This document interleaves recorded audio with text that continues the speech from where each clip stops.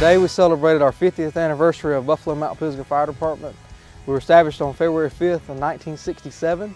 We were established about 100 yards from where I'm standing right now. I'm standing in a field behind the fire department. We wanted to hold an event today to celebrate the members that are in the past, present, and even future members, and to especially recognize those that paved the way and laid the foundations for our department. We invited the past members, if they wasn't able to make it, if they had passed on already, we invited their families to come out and just gather together. We had interviews, we had told stories, we had testimonials. We had Representative Jay Lucas from the South Carolina House present a resolution to us. So we had a great event and a great time.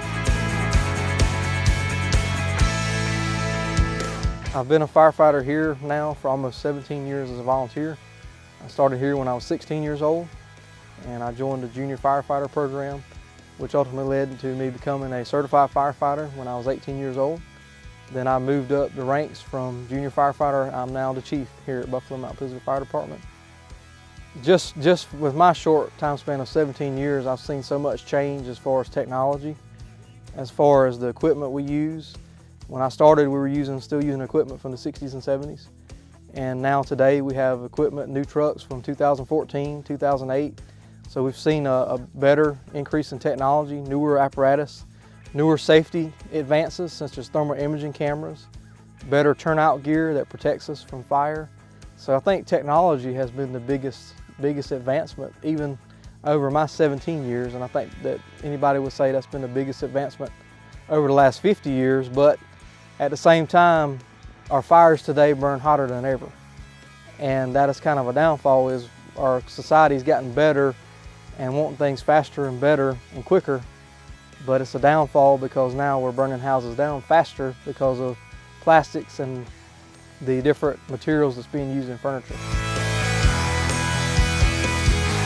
Today's volunteers is tough because you have so many distractions. You have social media and games, and you have sports, you have little league events, and you have two families working, to where back in the 70s, 80s, in that time frame, maybe you only had one person working, so you had more time to do things.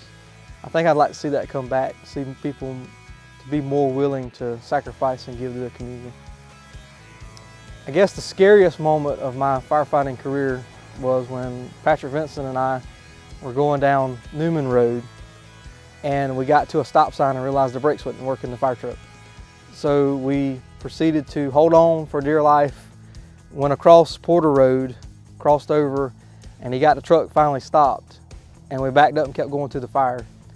And at the time, I wasn't following all the safety rules and wearing seatbelts like I should, which, you know, thankfully the Lord saw fit that I keep going in my firefighting career, but I say that's the most memorable and the most scariest one of my life. To become a firefighter, it takes time. It takes a willingness to train.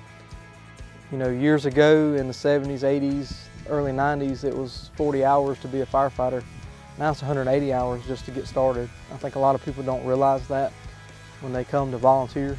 They think they can just come in and volunteer and start putting fires out. And with the fires of today, it requires education and knowledge. So they've got to be willing to sacrifice their time and get the training and get the knowledge to become a firefighter.